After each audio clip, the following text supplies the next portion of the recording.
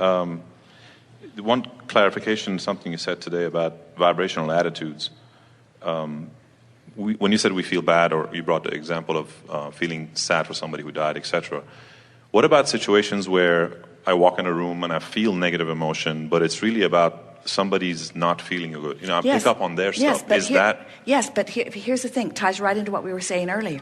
If that vibration were not already active within you, you wouldn't meet it when you walked in there. Okay. All right. Gotcha. And that's why it feels better to say, hey, I felt better before I got in here with you. Therefore, you need to feel better or get out of my room. But that's why when we said it's all about attitude, and you have because you can't control what somebody else is doing, but you sure can, when you're not with them, tune yourself into a place that you don't have access to that part of them. You see? Gotcha. Okay. Play a game with yourself. Pick something. Decide just for a week or so that you're going to. Well, Esther played the game when Jerry and Esther first came together. Esther showed Jerry how she could unlock a locked car with a clothes hanger. The first time it happened, they locked their keys in the car, and Esther said, no problem. And she was so good at it, and she took such delight in solving the problem, that she kept a coat hanger in her car. In her car. And it was unbelievable how much opportunity the universe gave her to help people unlock their car. It was as if her entire itinerary was planned around who had just locked their keys in the car. Esther got on a sort of kick of helping others, and it was early in her interaction with us, and she was sort of seeing herself as the healer, as the saver, as the one in the right place at the right time. And as time has gone by, she's realized that that's really not the active vibration that we're encouraging you to foster, because all that does is just set you up for a whole lot of jump starting. So one day we were having a conversation like this. Jerry and Esther were having a conversation, and Esther was saying how she really likes helping people out, and Jerry was saying that he noticed that Esther was sort of like a flashing light that said, have trouble? See me. And so after they were having that conversation, they were sitting in an airport, and a man came right to her and asked her for money. And she said to Jerry, the universe has set this up. I think that I should give him some money. And Jerry said, fine, give him the money, but turn off your flasher. So then they got up and they were walking along the pavement, and Esther spotted something way across the sidewalk. Not even in a place that they were going to walk, but she felt compelled to walk there. She walked over and picked it up, and it was someone's tickets, their boarding pass, their tickets for the flight. And it was some obscure little airline at some remote part of the airport. And Esther said, someone's looking for these tickets. I must go there. And Jerry said, all right. And so off they went, and they found the place. And as Esther walked up, the airline official was just denying this man boarding. He was not going to let him talk his way on. I just had my tickets. Really, I did. My seat was such and such. You have to let me on. And Esther said, here are your tickets.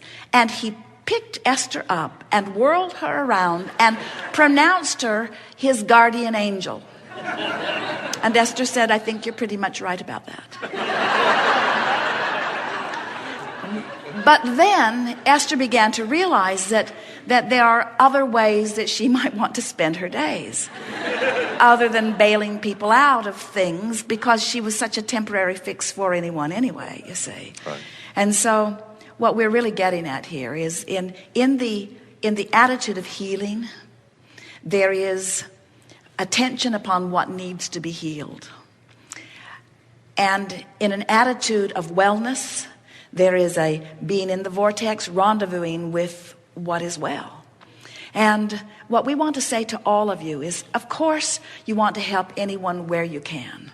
But if you, as an individual, are focused upon the needs of others, or if you're focused upon their out of whackness, their not being where they want to be, before you know it, by your attention to this one who you love and who you want to help, they will train your vibration into something that is chronically active, which will cause circumstances and events to evolve around you. And it feels like it's not your doing, but it always, always is. It always is, you see. Did we get where you wanted to be with all of this? On the first question, not quite, but I'm sure I'll be back. We have more time if you want to go there.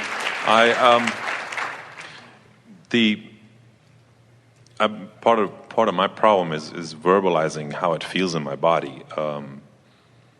For example, the other day I had an argument with my girlfriend, and I sat down on my computer and I started typing out, just starting with the question of, going towards what would make me feel better. So in that conversation, there were literally different aspects that spoke, and they felt different. There was a part of me that was very intellectual about it and said, well, reasonably speaking, this is facts and figures. Then another part of me was very emotional, angry, and there was another part of me that was emotional and sad. And they felt very different. Well, they probably are different, but they are all out of the vortex aspects of you.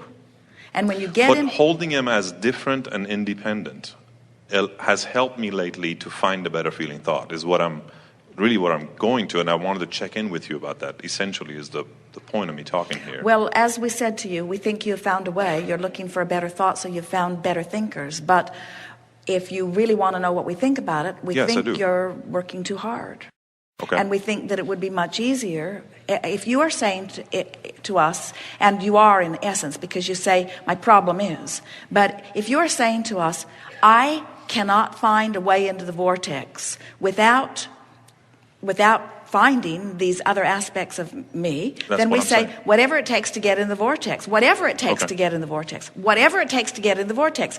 But you will notice once you get in there, you don't have multiple personalities. Right. Once you get in there. Yeah, agreed.